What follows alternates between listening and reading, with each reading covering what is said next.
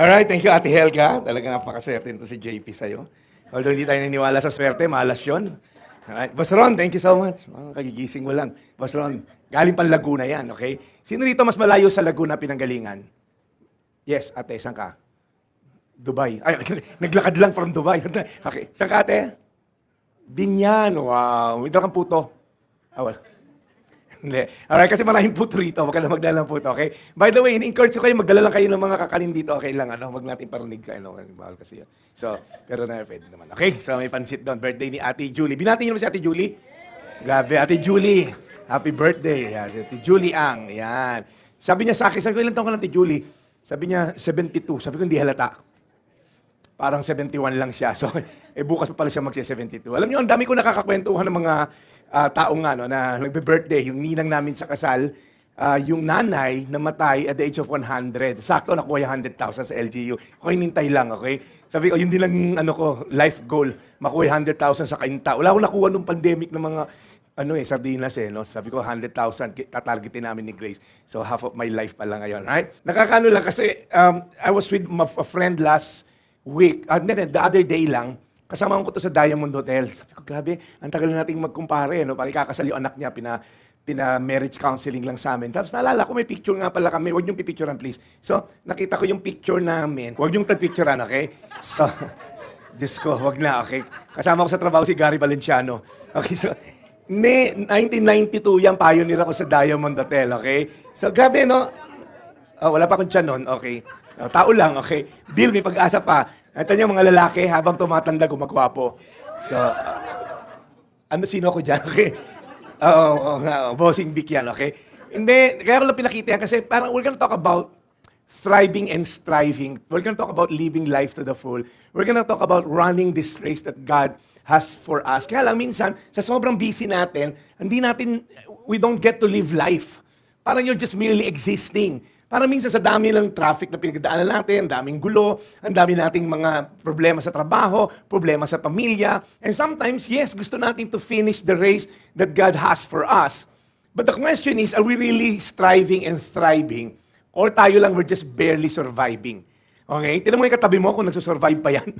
Pastor, tulog no? So, okay, pag tinignan mo, sabi sa Hebrews 12, let us run with perseverance. Sabihin natin, perseverance. Sabi dito, the race marked out for us. Past tense yung marked, meaning sabihin, meron ka ng karera na tinalagaan Diyos sa'yo. Kung feeling mo aksidente ka, tinan mo yung mukha ng katabi mo. Mukhang aksidente lang ba yan? Pastor, ito, mukhang aksidente lang pagkakalabas. Hindi! Fearfully and wonderfully made, sabi sa Book of Psalms. We are fearfully and wonderfully made. Sabi sa Tagalog, kahanga-hanga, at katakot-takot yung mukha niya. Okay, so mag-decide ka na lang kung ano siya doon. Ano? So when the Bible says we are fearfully and wonderfully made, the Lord has marked out a race for us. So the moment you're born, hindi ka aksidente because some people will say, alam mo, Pastor, nabuntis lang kasi nanay ko, hindi pinlano ng tatay ko. In fact, hindi ko nga nakilala yung tatay ko eh. And we feel like sometimes, aksidente lang yung paglabas mo rito sa mundo. Some of you feel like, hindi ako pinlano, balikbayan lang tatay ko, galing Saudi, yung nanay ko, bago ligo, ayan, lumabas ako, okay? Okay, so, pero si Rafa, pinlano yan, right, Rafa? Okay, so, pinlano yan, okay? Kasi, there's this race called life, and if you're not aware, you're just gonna simply exist, and you're not gonna live the way God intended for you to live. Ang dami nating race, ang dami nating ginagawa sa race na yan. Minsan tinutulugan mo yan, minsan may detour, minsan may dead end. Pero pag sinabi natin, you are running a race that God has for you, some people are running after success. That's not bad, pero is that where God wants you to run? Some people are running after promotion. Alam niyo yun? Promotion after promotion after promotion. Some are running after financial stability. Again, these are not bad, pero ang tanong, is that the race that God marked out for you? Baka gusto maging doktor, hindi ka naman pala pinilano ni Lord maging doktor, di ba? Some are running after healing. Maybe some of you are sick. Some are running after approval. Sino dito yung parang gusto mo lagi may nagla-like sa Facebook post mo? Hindi ka makatulog pag wala ka lang nag-like, right? Si Tita Julie, yung views ng Facebook mo, no? Binibilang talaga, right? Some are running after your dream, okay? And some are simply running just to keep the family afloat. Now, ito yung tanong, what if we're running fast, but we're not running well? Ibig sabihin, Ang bilis ang takbo mo, pero hindi maayos at wala sa hulog, wala ka sa lane na tinatakbo mo. Because not all striving, right, leads to thriving. What if we're achieving more, pero we're enjoying life less? Ang dami natin na-achieve, pero ang lungkot ng buhay natin. Ang dami nating na-accomplish in terms of financial success, pero sira naman yung pamilya. Kaya, hindi lahat ng when you're striving, it will leads to thriving. Some striving leads to burnout. You know people like that? Sa NKTI, marami niyan. Tinasya, no? Yung na-burnout na, some striving leads to bitterness. Gustong-gusto mong yumaman, pero it turned out naging bitter ka. Alam niyo yung itsura ng bitter na tao? Mukhang ampalaya. Okay, so nakakulot lagi yung noo. Kasi bitter sila. Now, some striving also leads to compromise. Gusto mong yumaman, nandaya ka sa tax. Gusto mong yumaman, nag-congressman ka at gumawa ka ng korupsyon. Because compromise is bad. Some striving leads to emptiness. Kaya the question is, are you succeeding in public but slowly sinking in private? Right? So when you talk about the Lord has given us a race marked out for us, it's a challenge. Tumatakbo ba ako sa race that God has marked for us? Ang worst, hindi mo alam na mayroong markadong race na binigay sa iyo si Lord. Amen? So sino excited takbuhin yung race na binigay sa iyo ni Lord? Okay, 2 lang po. Okay, 3. Dumami na. Okay, makikiparticipate kayo ngayon. Ano? Kasi may iba, ito tinan nyo to kumpleto, race. Kumpleto, may Apple Watch, gine-check pa yung heartbeat and all. Tapos, meron pang deep sleep, i-monitor. Kaya, sa race, natulog. Okay, so, pambihirang patis yan, ano? Nasa race ka, natulog naman. So, we know people na natulog sa karera. Tinulugan yung pagiging mister, tinulugan pagiging misis, tinulugan yung pagiging anak. Natulog sa pansitan. May karera na, napag-iwanan na tayo. Yung iba naman, talagang hindi natapos. Alam niyo, DNF did not finish. Right? We did not accomplish what God has prepared for us. My hope and prayer is that we're going to be like Paul. Right? Si Paul wrote this in his some sort of epitaph o yung kanyang tombstone para ito yung nakatatak sa kanya, okay? Symbolically speaking. Because near his death, he wrote this in 2 Timothy 4:7, I have fought the good fight, I have finished the race, I have kept the faith. We want to be a race finisher. When we come face to face with God, I hope and pray, sasabihin niya sa iyo, well done, good and faithful servant. Hindi yung namatay ka, pagising mo, si Satanas nandun, surprise, tayo rin magkasama. Nandito yung mga tropa mo. My hope and prayer is that in the twinkling of an eye, when we open our eyes after we die, God is going to tell you, well done, good and faithful servant, Bill. You've been faithful with the life I've given you. Halika, mag-enjoy tayo ng eternity. Because some people, right? Some people, ang galing dito, they fight a different fight. Yung iba nga, wala nang fight na nilabanan eh. Lahat na lang nag-give in eh. Okay, drugs. Okay, wala nang laban yan. Gigibin ako dyan. Okay, babae. O sige, pornography. Wala nang usapan yan. Lumabang ka naman, pre. Yung conviction naman, labanan mo naman. That this is a battle, a constant battle. Si Satan wants you to fall kahit maliit lang. Hindi naman si Satan ang goal agad sa'yo, maging masama ka. Ang gusto lang ni Satan sa'yo, ma-divert ka. Hindi ka lang nagbabasa ng Bible. In the long run, wala ka ng salita ng Diyos. So, Satan is okay na siya sa little diversion every day. Kasi, any pilot in the house, may kaibigan akong pilot, kinuwento sa akin yun. Meron tayong FA, nakapagpalipat ka na ba aeroplano? Si Apple tuloy, naging pilot. Sabi ng kaibigan kong pilot, if you're going to Hong Kong from NAIA 3, may flight plan. Sabi ko, Kap, kung i-divert mo ng 1 degree yung flight plan mo from NAIA 3, all the way sa 2-hour flight, saan ang bagsak mo? Pastor, hindi ka babagsak ng Hong Kong. Bagsak mo somewhere in China. So yung 1 degree, in the long run, malayo. So yung hindi mo pagbabasa ng Bible ngayon, yung hindi mo pagsimba, hindi mo pag-worship, hindi mo pag-pray, it's gonna be ang layo mo na after 2 years, 5 years. In fact, kaya ka ngayong close kay Lord kasi yung mga araw-araw din na ginagawa mong paglapit sa Kanya. Amen? Ang layo na narating mo, di ba? Wala ka narating sa spiritual walk mo. Ano? Wala talaga, okay? Talaga, yung mga nasa online po, okay? Talaga to perfect kasi dito. Hindi na sila nagka-aspire. But seriously speaking, we want to fight the good fight and we want to finish the race. We don't want to end up, sabi sa Bible, who cut you? Sino nag-cut? You're running a good race. Pero nag-cut ka, naiba ka, naging kulto ka, but nahibay pinaniwalaan mo, you didn't keep the faith. But my hope and prayer, lahat tayo, will end up saying this, I have fought the good fight. I've finished the race. I've kept the faith. In fact, gawin natin itong declaration. Sabay-sabay natin itong basahin, okay? Para naman maging totoo sa inyo. Kasi binabasa nyo pa lang, tinatamad na kayo eh. Okay? So, 1, 2, 3. I have finished the race.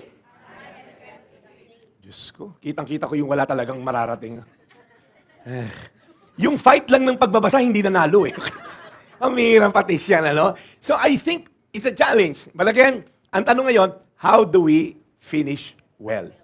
Well done, good and faithful servant. How do we do this? How to finish well? Yung verse na babasahin natin, Hebrews 12:1 to 2. Therefore, since we're surrounded, kasi Hebrews 11 talks about the different people of faith. Therefore, since we're surrounded by such great cloud of witnesses, the verse says, let us throw off everything that hinders and the sin that so easily entangles. Verse 2, and let us run with perseverance the race marked out for us, fixing our eyes on Jesus, the pioneer and perfecter of faith. The book of Hebrews, hindi po barista nagsulat na to. Kasi Hebrews, hindi, joke lang. Hindi magets ng ibang natutulog doon sa likod. Hebrews was written to believers who were at that time persecuted, pagod sila, they're pressured, they're discouraged, they're tempted to quit yung faith nila kay Jesus. Parang, is it still worth following this Jesus? Kasi parang inisip nila, worth pa ba talagang i-follow tong Jesus na to? Kasi sobrang daming persecution, kinahati sila sa gitna, nilalagare, pinapakain sa leon, sinusunog ng buhay dahil sa pananampalataya lang nila sa Diyos. Kung panahon ni Jesus, nandito tayo ngayon, pagpasok ng mga Romano, lahat tayo papakain sa leon. Iba sa inyo rito, medyo matagal kainin, okay? So lahat tayo itutuhog sa poste na sinawsaw sa tar para maging ilaw ni King Nero, ni Emperor Nero sa kanyang mga party. They were being tormented, persecuted, lahat. So parang sila, worth pa ba na yung karpintero na namatay, na nabuhay, itong Jesus na to, is he still worth following? And maybe you're in that situation today. Worth pa bang ipaglaban tong marriage na to? Worth pa bang ipursu si Jesus dito?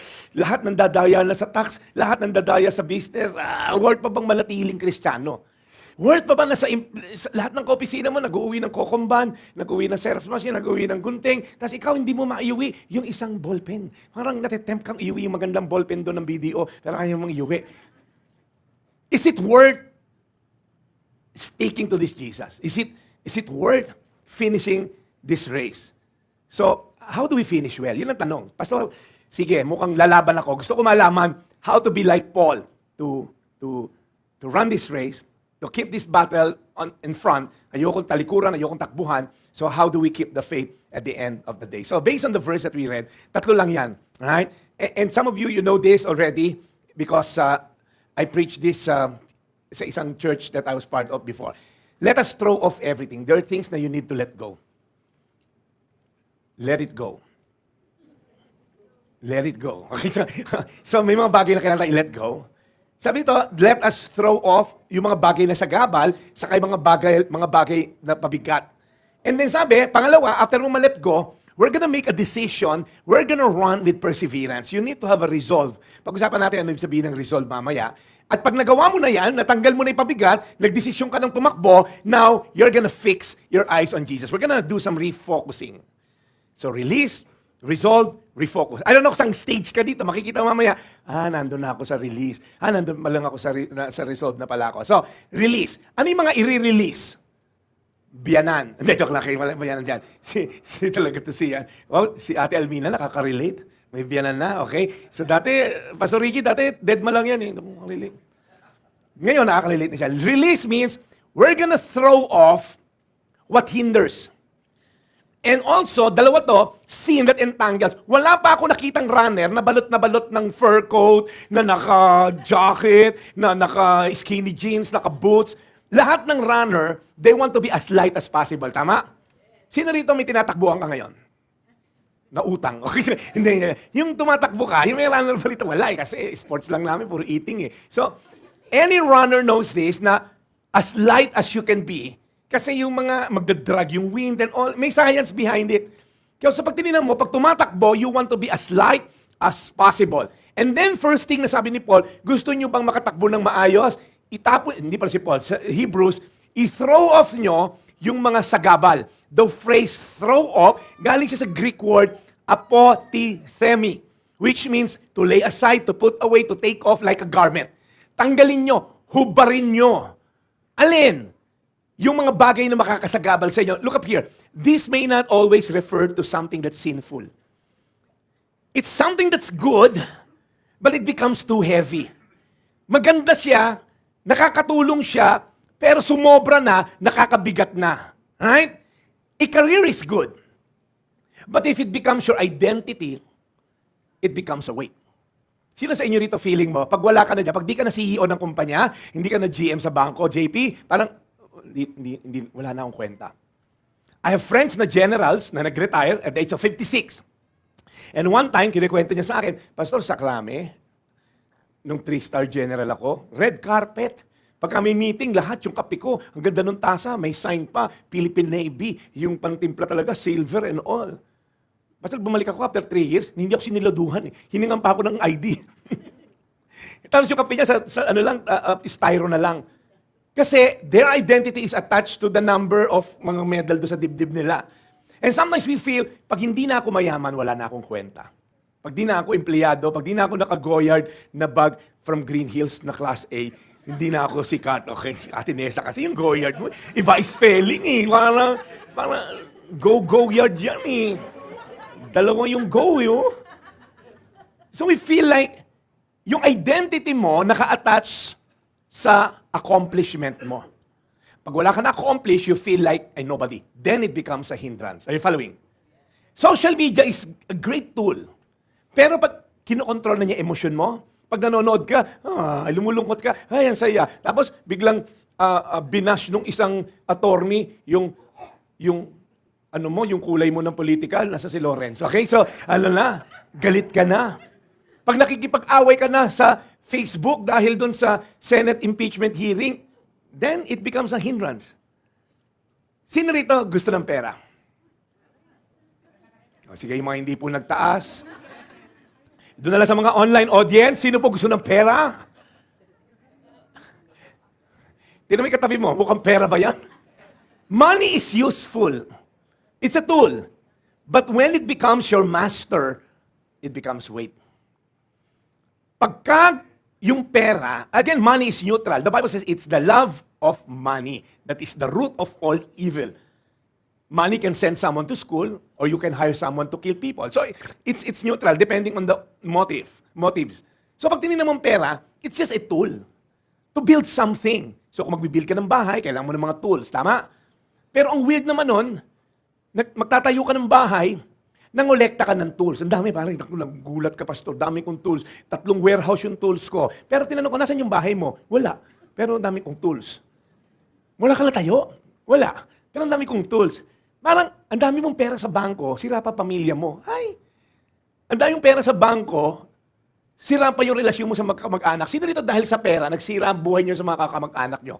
Kung kayo magtaas ng kamay dahil perfect nga kayo. Sa online, sino yung dahil sa pera, nagkasira ang pamilya? I know people, a lot. Kaya I admire isang friend ko, nag-business sila magkakamag-anak. Advice ko lang kung magdinegosyo kayo kung sa mga kamag-anak nyo. Sakit sa ulo, okay?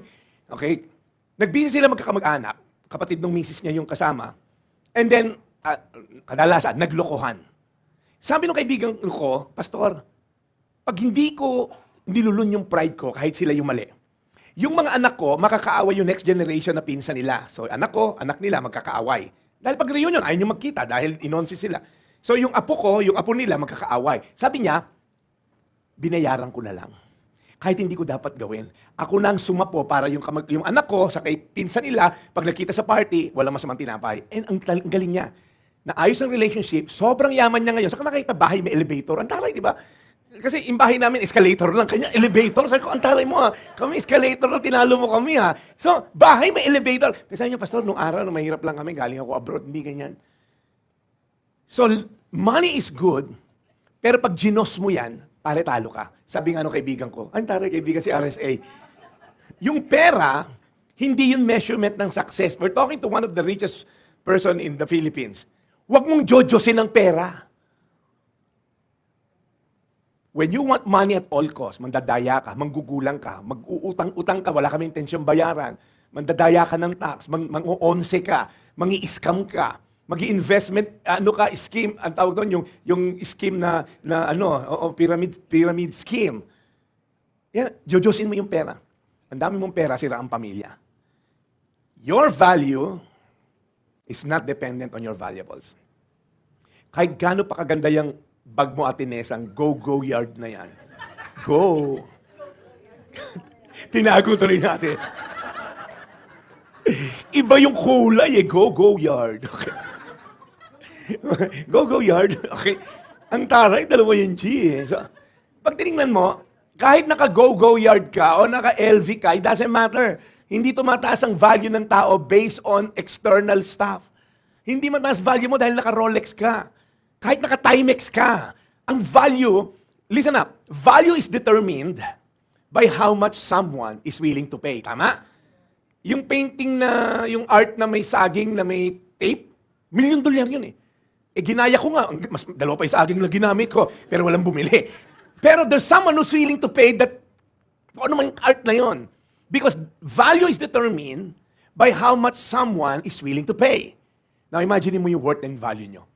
When Jesus Christ died for you, He's willing to pay the debt you own.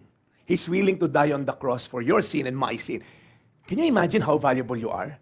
That God will send His Son para tubusin ka sa kasalanan. Tingin mo, anong worth and value mo? So ikaw na dalaga ngayon, yung mga jologs na lalaki, kung mahal mo ako, patunayan mo.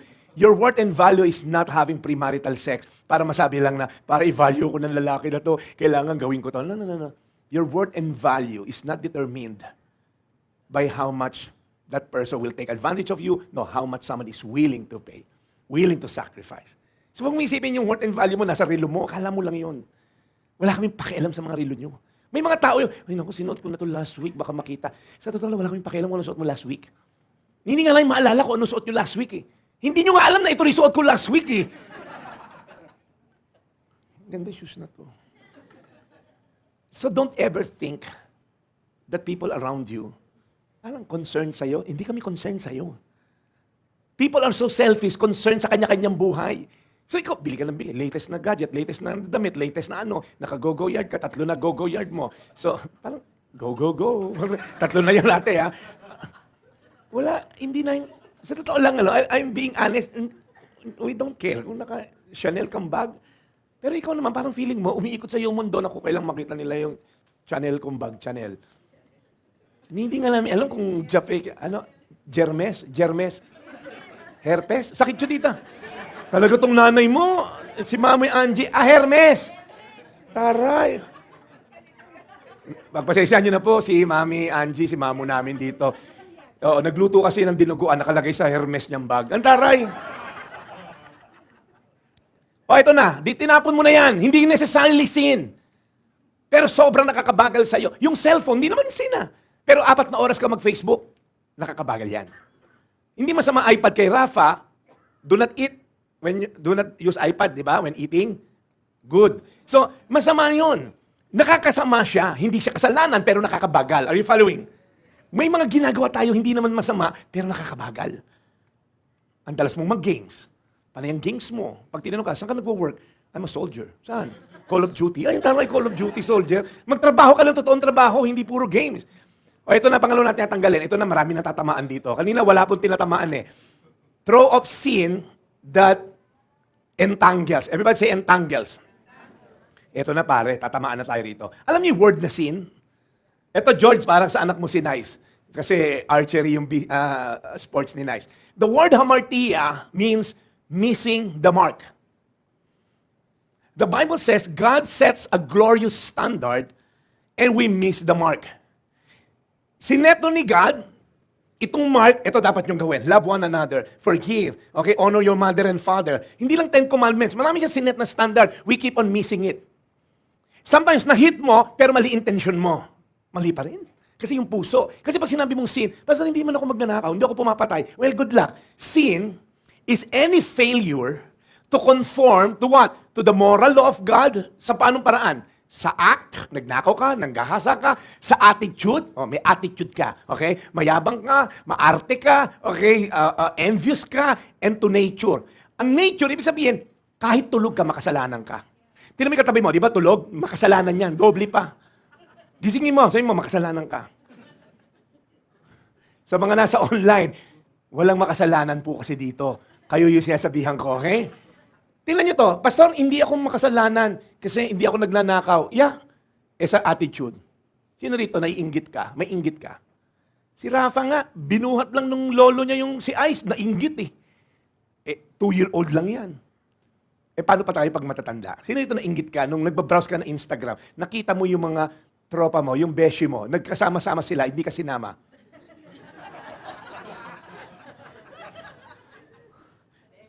Ang saya nila, tapos ikaw wala. Sino rito, tinignan mo yung mga friend mo, kababata mo, nasa Japan. Tapos ikaw, nagtatanim ka sa Japan. Parang, sounds like, pero parang yung go-go yard ni Ate Nessa, sounds like Tapos naging envious ka. Alam mo, mag-ingat kayo sa sin, ha? Tinan niyo yung sin. Sin starts small, but it never stays small. Ito, nainggit ka. Gumawa ka ng kasamaan sa inggit. Susunod niya, papatay ka na. Babagsakan ka niyan. Namboboso ka. Nag-pornography ka. Mangre-rape ka na niyan. O premarital sex. Pag tinignan mo yung sin, hindi nasa-satisfy si Satan na maliit. Okay na ako na pachonki-chonki ka ngayon ng alcampor. Alam mo yung sa ano? Yung sa mothball. Susunod niyan, vape ka na may marijuana. Susunod niyan, drugs na. Susunod na, magnanakaw ka, manggagahasa ka, makukulong ka, mamamatay ka. Sobrang naman, alcampor lang, namatay agad. Ganun yun. Because sin will take you farther than you want to play. Okay? Gusto mo, laro-laro lang to. Hindi na. Makasalanan ka na, nagnanakaw ka na. It will keep you longer than you want to stay. Ayoko na. Hindi kailangan ka i-rehab. Hindi matigil yung pagnanakaw mo, pagdadrugs mo. It will cost you more than you want to pay. Sira na pamilya mo ngayon. Dahil sa pagdodroga mo, dahil sa pambababae mo, it will cost you more than you want to pay. And Satan is so crafty. Tinan yung katabi mo. Sabi mo, crafty ka ba? Satan is so crafty. Sasabihin sa'yo, alam mo hindi. Meron lang si Lord dinideprive ka. Sige na. You will become like God. Kagatin mo na. Ganun ang pinangdali kay Eva, di ba? Hindi naman sinabi ni Satan na, actually, mamamatay ka. Pag kinagat mo yan, mamamatay ka. Sabi ni Satan, alam mo, yung pasok ni Satan, yung mga chismose, eto na nga. Di ba? Nakakatakot pag yun ang pasok, eh, no? O, kumusta na? Eto na nga. Ganun si Satan. O, Eve, eto na nga. Dinideprive kayo ni God. You will become like God. Pag kinain mo yan, mabubuksan ng yung mga mata. So, ano nangyari? It will cost them. Pati tayo, damay. Right? Nakita yung conductor sa bus na nag-declare na hinold up daw sila. Nasa news, ha? Kita mo yun, Bill? Nag-report sa police sa Quezon City. Hinold up daw yung bus nila. Diyos ko pong mahabagin. Na-addict lang pala sa scatter. 17 mil, sinugal. So, walang pang bayad dun sa dahil sinugal nung dalawa. So, ngayon, pinalabas, na-hold up po kami sa bus. Ito po yung mga latay namin. Maga-maga po yung kamay namin. Katataya pala ng scatter. Pero nagsimula lang yung papiso-piso. Bingo, bingo. Kaya ako medyo bad trip din ako sa mga artista na nagpo-promote ng sugal. Ang saya-saya nila, being responsible. Ha? Walang nagsugal na responsible. Pangsaing mo na lang, sinugal mo pa. Yung mag-play ka lang pag trip mo. Pag malas, stop. Milyon-milyon kinikita ng mga artista na yon. Pero milyon-milyon din sinirang pamilya. So sila kumikita sa daming Pilipino ngayong baon sa utang, nag-aaway, papakamatay dahil dyan sa sugal na yan. Sila walang pakialam. Kumikita po, promote. Kami, bad trip sa mga artista na yan. Parating nyo to. Pastor, buti na lang hindi ako makasalanan. Well, bad news. Lalo ka na holy, kahit holy pangalan mo. Alam mo to, ha? For everyone, everybody say everyone. Everyone has sinned. We all fall short of what? Kanina yung hamartia, missing the mark of God's glorious standard. God sets a standard, we miss big time. Not because you're sinful. No. The moment you're born. Yan, ano pangalan? Si Winter. Si Winter, 1 year old. May 1 na ba yan? 5 months. Makasalanan yung bata na yan. Kasi yung tatay niya si Patrick, makasalanan lalo yan. Okay? Hindi dahil ang cute-cute, wala itong kasalanan, Pastor. No, the Bible says, Psalm 51:5, we were sinful at birth the moment my mother conceived me. Nung nagkaroon ka na ng heartbeat, sa sinapupunan ng nanay mo, makasalanan ka na. Kaya wala nagturo kay Rafa. Mainggit, magalit. Batuhin yung lolo niya na laruan. I hate you. Dahil nagbuhat lang ng ibang bata. Wala nagturo dyan. Ano ang sabi ni Jessica? You're bad. Rafa, but you're good, ha? Sabi ni Pastor Jeff, ano? Oh, go to Kids Church. Go to Harbor Kids. So come to think of it, look up here. We did not become a sinner because we sin. Ay, 1-year-old, binato yung nanay ng gatas niya, sinner ka. No, no, no. We sin because by default we're sinful. Walang nagturo sa ibon lumipad. Walang nagturo sa isdang lumangoy. Walang nagturo sa ating magkasala because by default we're sinful. Birds fly, we sin. Fish swim, we sin because that's our nature, right? So, wag mo isipin na, alam mo, nagkasala ako nung 5 years old ako eh. No, nung nagka-heartbeat ka sa sinapupunan ng nanay mo, makasalanan ka na. Alright. Kain kasi ng kain sa church eh. Sitin talaga. Inuubot tong si... Throw off. Sin that easily, everybody say easily, entangles. Yung kasalanan, saglit lang sisirain pamilya mo. Yung kasalanan, saglit lang sirain negosyo mo. And then what you're thinking, basta may kapitbahay ako, drug lords, ang saya eh. Basahin niyo yung Psalm 73. Tingnan natin kung masaya pa ending ng mga taong nag-i-enjoy sa kasalanan. So, don't just ask, Lord, what do you want me to do? Ang itanong mo, also, Lord, what do you want me to drop? Ano yung mga kailangan kong... ito yung tsura niyo sa iba sa inyo. Tumatakbo kayo ng karera ng marathon, ito ang itsura natin. Ang bigat. Bill, hindi ikaw yan. So, ang bigat. Ay, lust, envy, pride, greed, bitterness, dishonesty, compromise, unforgiveness.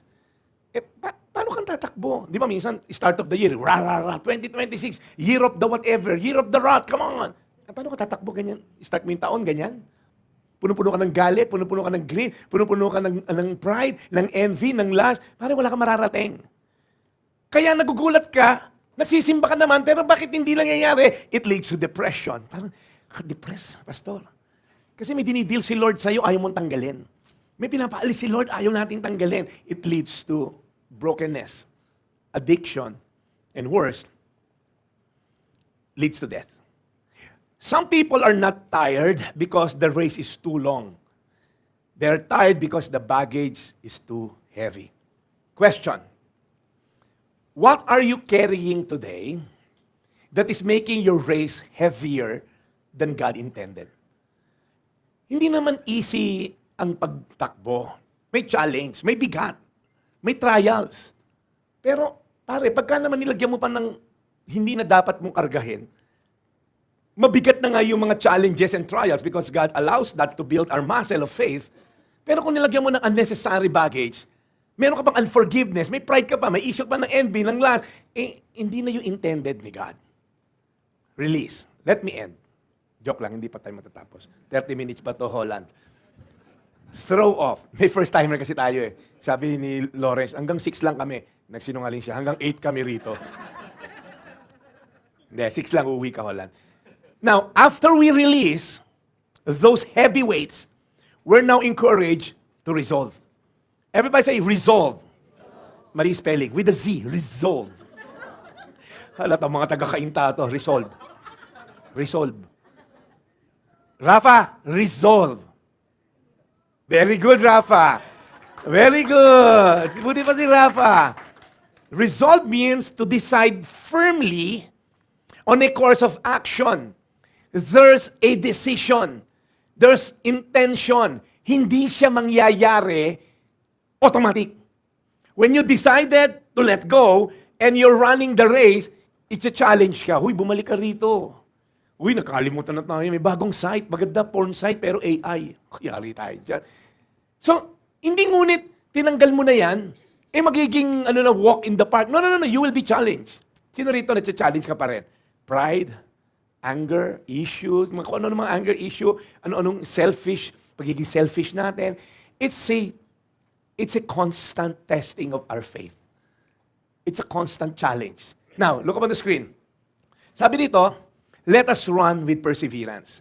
Notice, he does not say, let us sit, or let us complain, or let us compare. No, let us run. You know the word race? It means agon. That's where the word agony came from. It can refer to a contest, a struggle, a demanding race. Ibig sabihin, tayo mga Kristiyano, it's not gonna be always easy. Hindi po madali ang buhay. Sometimes it's a struggle, sometimes it's painful, sometimes it requires discipline, but we have to persevere. The word persevere, again, I don't want to throw a lot of Greek words sa inyo. Kaya lang, ang sarap lang na itong pakinggan. The word hypomone, it means endurance, steadfastness, staying power. Pag sinabing perseverance, hindi say one time, big time. Okay, nag-persevere na ako. Ano na ngayon? Ba't naiingit pa rin ako? Hindi. You have to continue. Ang sabi dito, the word hypomone, the ability to remain faithful under pressure. Itetest ka. Mandaya ka na ulit. Malaking deal to. Huwag ka na mag-tights. Sino dito hirap mag-tights pag malaki ang kinita? See, wala po dito. Kasi lahat ng nagka-tights. Perfect ho dito sa Elan, okay? But sa mga hindi lang dyan, di kasi pag pa 1,000 lang sweldo, ang dali mag-tights. O, 100 lang. Kaya may nagpa-pray sa akin, Pastor, palaki mo na may commission ko, pag-pray mo. Pag-pray natin. Lumaki, 500,000. Hindi makapag-tights 50,000. Pastor, hirap akong mag-tights. Kasi laki na kinikita. Halika, pag-pray kita ulit, Lord, ibalik mo sa 1,000, kita niya. Kesa maging makasalanan pa sa'yo, ninanakawan ka niya, Lord. Kasi minsan akala natin, ang liit naman ng church natin, hindi na natin kailangan mag-tithes. Hindi po Holy Spirit nagpapalamig dito. Nagbabayad tayo rito. Okay? Reminder lang po, yung ilaw na yan, hindi yan Jesus is the light. May bayad yan. Binili natin yung ilaw na yan. Okay?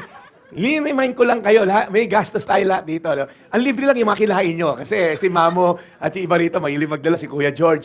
But seriously speaking, when you decide, it will be challenge. Every waking up in the morning, it's a challenge.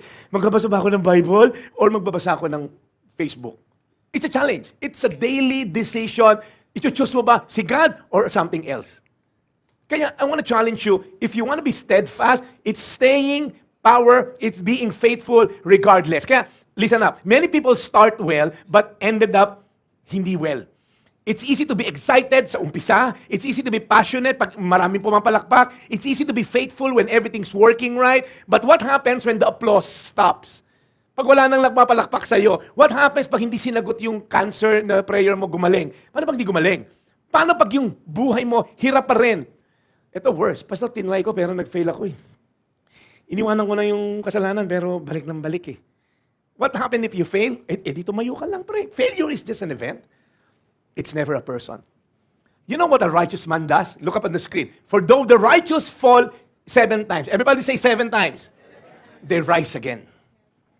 Kung hindi mo kaya mag-rise again, extra rise again. Okay, so baka kasi bitin ka eh. So sa mga nanonood sa atin sa online, from different parts of the world, alam ko, challenging mga OFW. Marami tayong nanonood ng OFW at manonood pa dito sa recorded natin na sermon. But let me tell you something. When you feel so alone and lonely and you feel nag-iisa ka sa laban, hindi ka nag-iisa. Kasama mo si Lord. If you feel nag-fail ako, bangon lang tayo ulit. Hindi yung, ay, nag-fail na ako habang buhay na akong failure. Ito na talaga yung tatak ko. No. It's just an event. Hindi pa tapos si Lord isulat yung love letter niya sa'yo at yung story mo. It's just chapter in your life. It's not the ending. So ikaw na nag-fail dito, bangon lang tayo ulit. You know, your greatest fear should not be of failure, but on succeeding at something that, at the end of the day, doesn't really matter. Liting ko our greatest fear should not be of failure, but on succeeding at something that doesn't really matter. Sabi ni Pastor Dwight L. Moody, some of you here today, you know people successful sa labas, sira sa spiritual. Successful sa maraming bagay, pero sira sa family. Ang pangit na no? Ang galing mo sa labas, sira ka sa pamilya. Ang galing mo sa labas, pero sira ka bilang anak or tatay or nanay. I mean, just be cautious. The race marked out for us. I love this part and we end. This means your race is not random. It means yung race mo is not accidental. Si Daniel, middle child. Hindi ka pala middle child. Bunso ka. Si Sean, middle child. Ano kaya ang race ibigay ko rito? Huwag na bigyan ng race yan. Gayahin na lang niya kuya niya. No, your race is not accidental. It's not copied from someone else. God has personally given you a race for you to accomplish. That means you do not have to run someone else's race. Huwag kang manggaya. Huwag kang mainggit. Ay, bakit siya pumayat na? Baka iba yung race mo, di ba? Bakit siya mayaman na? Ako mahirap pa. Baka tamad ka lang. O baka hindi dinesign ni Lord yumaman ka. Mag-missionary ka or something. Or tumulong ka sa simbahan. You do not have to copy someone else's calling. Huwag ka rin mag-compare ng timeline. Pareho naman kaming college graduate . Bakit siya kinakain pork chop? Ako ketchup. So at least may ketchup ka. Some people are exhausted, not because they're running too slowly, but because they're running in someone else's lane. Pag di mo lane, makakabagal ka, tama?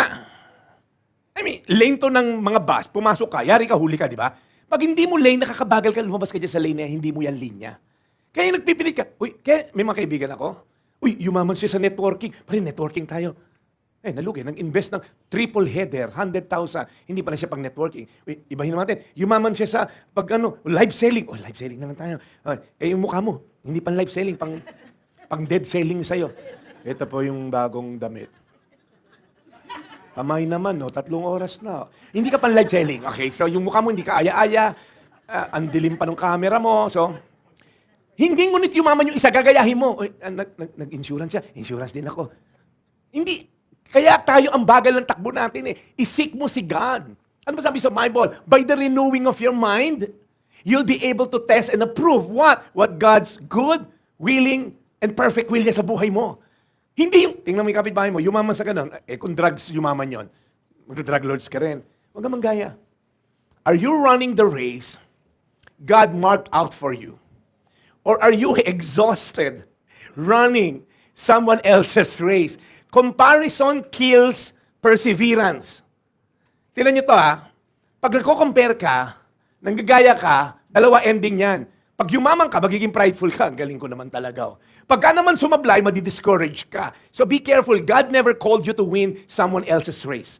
He called you to be faithful in yours. Huwag ka manggaya. Huwag ka mainggit. Seek mo si God. Lord, alam ko darating yung time ko. Kung ano yung calling mo, ano yung giftings mo. God has a plan for you. Amen? Tingnan mo yung katabi mo. Sabi mo, may plano sa'yo si Lord. Hanep, si Pastor Ricky, sabi, ikaw ang plano sa akin ni Lord. Lantaray.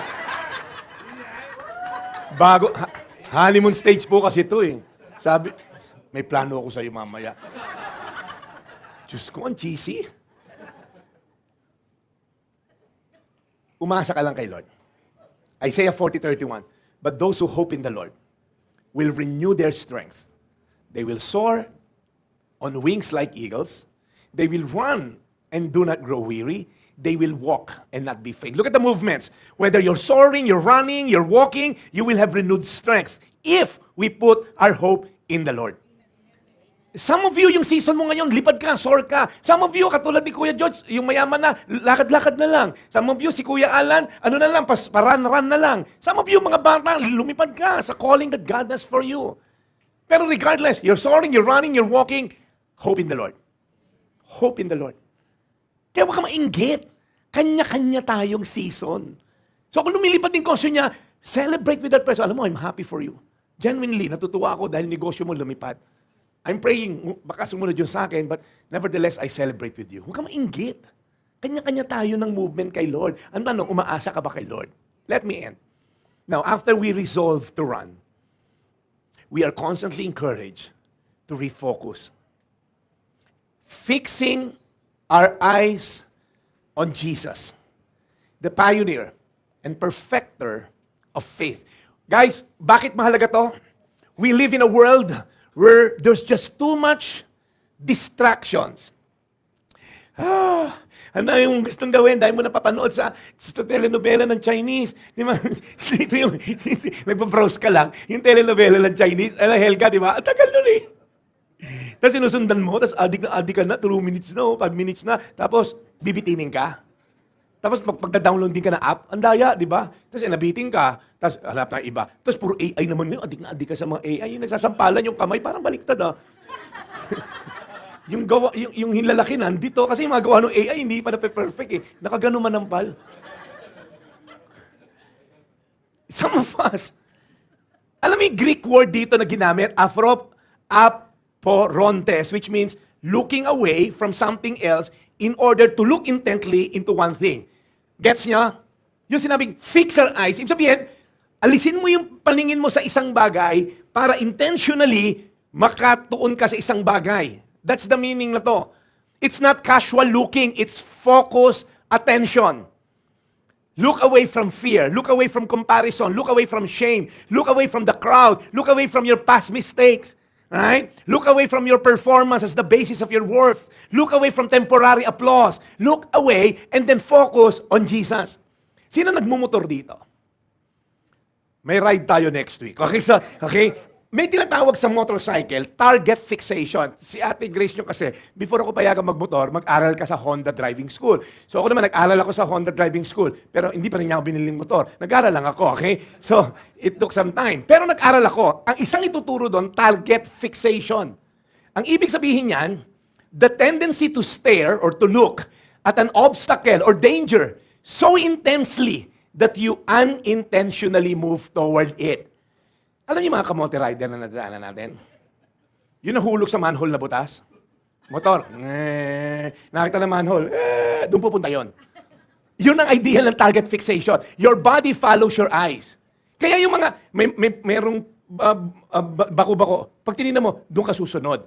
Kaya sa motoring, lalo na pag curve, marami na aksidente. Kasi pag curve, nakatingin sila rin sa apex, yung sa kurbada, doon sila pupunta. Sa Marilaki, dami namin nakita mga ganong kamote rider. Pero pagka kasi nagmumotor ka, pa-curve ka, ang tingin mo sa exit point, susunod yung katawan mo. Are you following? Ganon din dito. It can also happen in your life, right? Okay, it can also happen in life. Sometimes we focus so much on the problem, on fear, failure, temptation, that it begins to control us. Kaya ikaw na nakikinig ngayon, right? What captures your eyes often controls your direction. Pag nakafocus ka sa problema, lalaki problema mo. Pag nakafocus ka sa Diyos mo, lalaki yung Diyos mo. Pag mulat ng mata, langit nakatawa, anong ginagawa mo? Okay? Sa problema ka ba sa problema? Okay, hindi nakarelate yung mga ibang mga matatanda rito. Si Kuya Marvin, kaluskos-musmos pa yan, hindi niya alam yan, okay? Champoy. Remember the story of Peter? I'll end na. Peter and the rest of the disciples, binabayo sila ng matinding bagyo in the middle of Sea of Galilee. So there was a strong storm, so powerful, ang laki ng mga waves. And then si Jesus, sumunod sa kanila, walking on water. And they were so afraid. It's a ghost! Sabi ni Jesus, it's me. Sabi ni Peter, kung ikaw talaga yan, palakarin mo nga ako sa tubig. Sabi ni Jesus, come. Si Peter step out of the boat, look at Jesus, and then nakalakad siya. Kaya lang, lumakas yung hangin at wave, tumingin siya. Ano nangyari? Nag-sink siya. Nung nakatingin siya kay Jesus, lumulutang siya. Nung tumingin siya sa wave, lumubog siya. Could it be na kaya lubog ka ngayon sa utang? Could it be na kaya lubog ka sa problema? Could it be na kaya lubog ka sa pride mo? Kasi lagi ka nakatingin sa problema. Si Jesus ang liit. Pag Sabado lang. Okay? Ganito lang. Ang liit lang ng tingin mo. Tapos yung problema mo, ang laki, overwhelming. Could it be na si Jesus, part lang ng buhay mo and not the ultimate of your life? Ano sabi ni Jesus? Fix your eyes on me. Seek first my kingdom, my righteousness. All these things will be added unto you. And dami natin hinahanap eh. Masyado tayong distracted with too many things. You know what happened when he sank? Si Jesus, immediately kinuha siya. Hindi sinabi ni Jesus, ka ngayon, buti sa'yo. Sabi ko siya, tumingin ka lang sa akin eh. Ngayon, nalulunod-lunod ka. Hanapin mo si Nemo dyan. Walang ganon. Okay? Walang ganon. Sabi sa Bible, Jesus immediately. Sabi ni Jesus, ba't ka natakot? What did you feel? So be careful. Saan ba tayo naka-fix ang eyes natin? When Jesus was dying on the cross, the next part of the verse as we end, for the joy set before him. Look, saan nakatingin si Jesus? There was a joy set before him. Endured the cross, scorning its shame, and sat down at the right hand of the throne of God. When Jesus was suffering at the cross, he set his mind, I'm here to please the Father. I'm here to please the one who sent me. And that's it. He overlooked a lot of offenses. Di ba sabi ni Peter, pababain natin yung mga anghel sa langit. I mean, Jesus could have done that. Hello, pako lang yung pwede niyang utusan lahat yun, mawala sa kamay niya and patayin lahat ng mga sundalo ng Romano and all. But no, I'm here to please the Father. And the Bible says, it was the Father's plan to crush His Son, Jesus Christ. Ang weird, ano? Tatay gustong mamatay yung anak. That's how God loves you. He is willing to send His Son to die for you and for me. And Jesus, He was fixed on seeing the Father for the joy set. What was the joy? Ano tong joy na to? The joy after completing salvation, people will be coming to God. People will be restored to God. For the joy set. The joy was bringing people to God. Alam niyo ba, wala namang intention si God to bring people to hell. Yung hell is for the demons and the fallen angels. No. Hindi. I was watching this, yung kaibigan ko, pinanood yung video about, lahat daw tayo mapupunta sa impyerno, gusto ni God doon.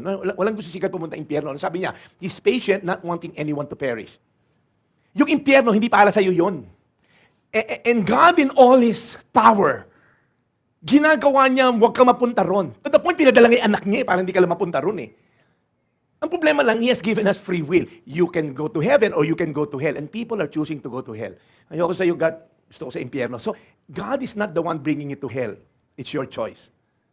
Kaya be careful. Because Jesus, the joy set before Him was bringing His lost brothers and sisters to be restored to the Father. Yun yung joy niya. Kailangan ko endure to. Kasi pag hindi ko natapos to, pag bumaba ako rito, pag hindi makukomplete yung salvation, hindi ako mamamatay, someone needs to die for our sin. Kaya be careful. As I end, compromise always starts with direction. It's not destination. Wala pa ako nakitang kinasal ko na, anong vow mo? Ito na yung vow ko. To love you, but after 5 years, maghihiwalay tayo. Walang ganun.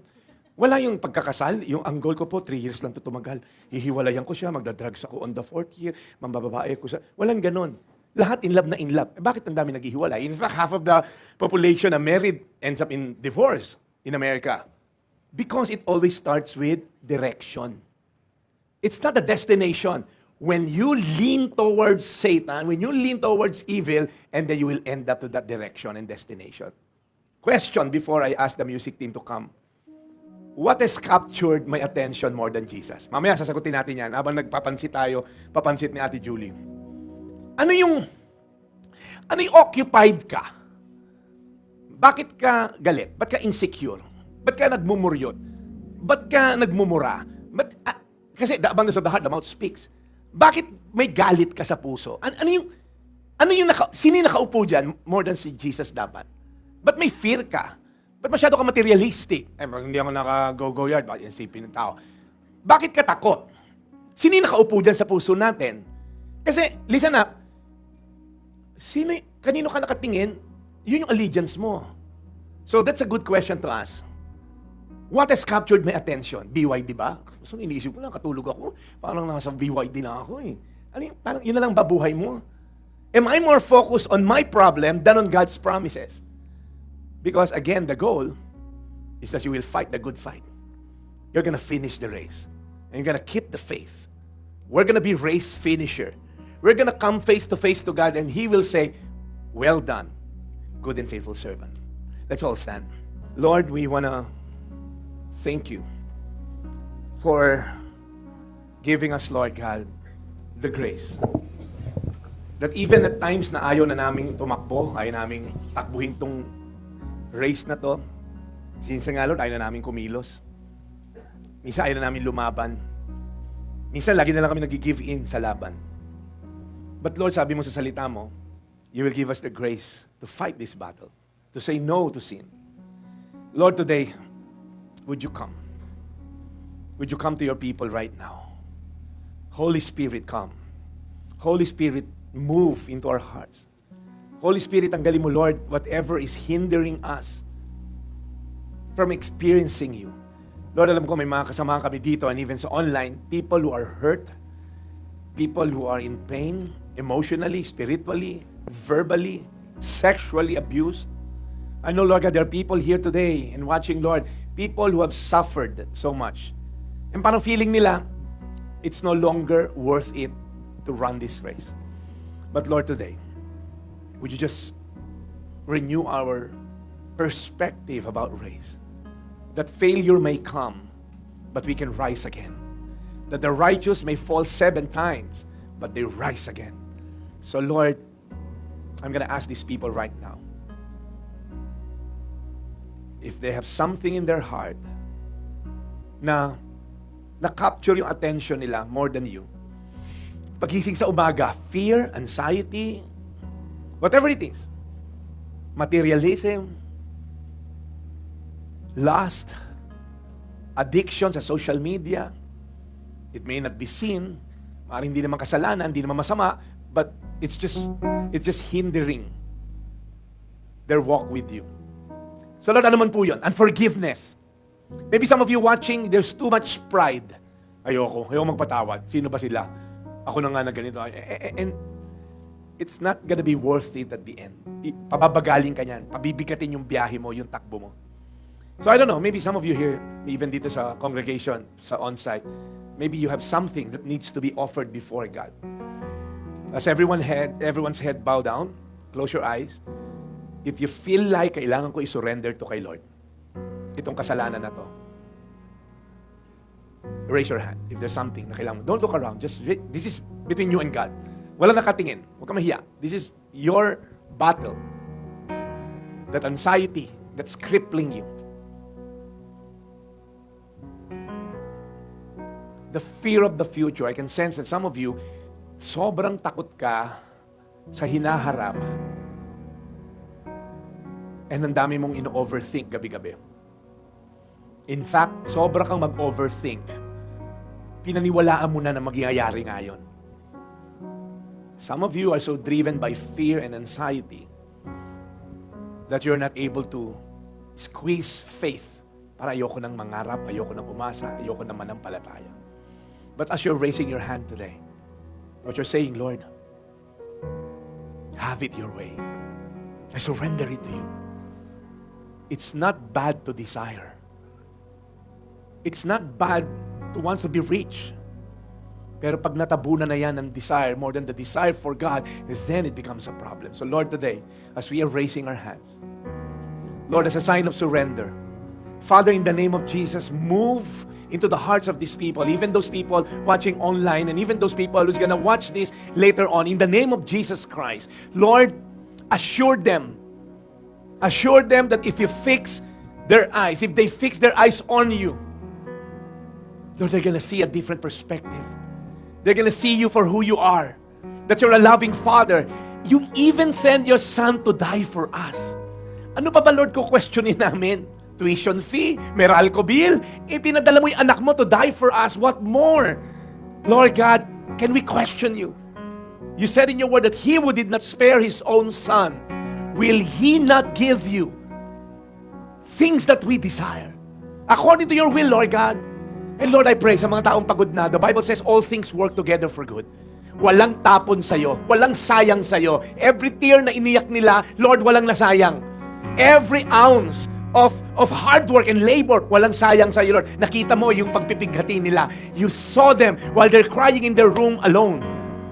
Lord, in the name of Jesus Christ, I pray for healing to be upon these people right now, mentally, spiritually, emotionally. Lord, in the name of Jesus, no weapons formed against these people shall prosper. Lord, I know blessing flows in this place right now. I know that your blessing is in this place right now. Lord, in the name of Jesus, Lord, bakit ang tagal? Lord, bakit yung iba ritong nananalangin ang tagal, Lord? We don't know. But Lord, one thing we know, you have marked a race for us. We don't have to compare. We don't have to be in a hurry. We just have to run this race. This is not a sprint. This is a marathon. It's a long run. Father, right now, as long as we're in the right direction, we're going to reach our destination. So Father, right now, these people raising their hands, bless them. Lord, may they endure till the end. Even hindi pa nangyayari yung perception nila of success. Even hindi pa nila nakikita what they believe is breakthrough. Maybe their crying to you is their breakthrough. Maybe yung pagluhod nila sa iyo is already a breakthrough. Lord, we should never measure breakthrough in peso sign. We should never measure success in peso sign. But the more money we have, the more blessed we... No, Lord. We are blessed because we have you.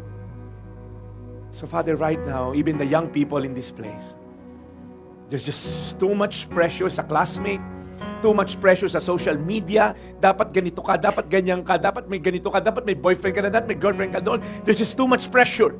There's just too much noise. There's just too much voices. And if we're gonna hear everyone, masisira kami ng ulo.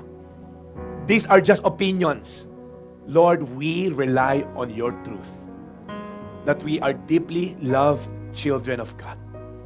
That don't let anyone look down on you, but be an example the way we live our lives as young people, Lord God. Bless these young people right now.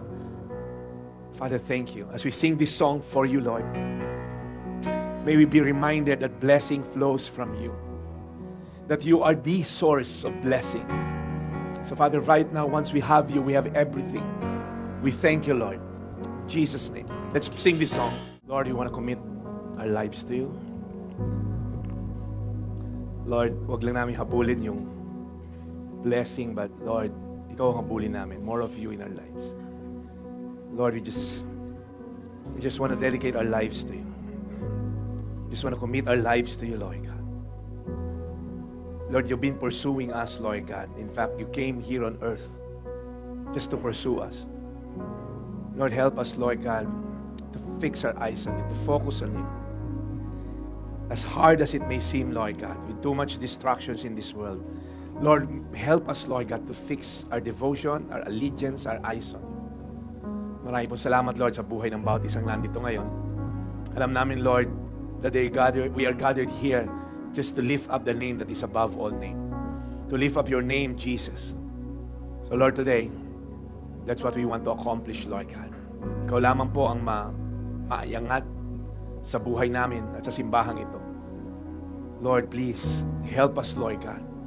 Help us, Lord God, to fix our eyes on you. Lord, kung kulang kami, Lord, sa push, Lord, push us, Lord. Kung kulang kami, Lord, sa encouragement, Lord, please encourage us, Lord God. We know, Lord, that all things, Lord God, na nangyayari dito sa buhay namin, all goes back to you. Lord, patawarin mo kami, Lord. Patawarin mo kami sa mga pagkakataon na hindi ka namin, Lord God, kinukonsidera. Naunahan kami, Lord, ng takot. Naunahan kami, Lord, ng pride. Naunahan kami, Lord, ng mga issues namin in the past. Before we even consider you, huli na. But Lord, today, help us, Lord God, to fix our eyes on you. Lord, help us to understand what will be the next step. What will be our next move now that we understand that there's a battle deep inside of our hearts every day. Lord, what will be our next move? To some, it may be a step to forgiveness. Maybe to some, it's a step to humility. Maybe some of you, it's a step to purity. Stop doing what you're doing because you know na hindi tama yan. Some of you, it's a step para ayusin yung pamilya.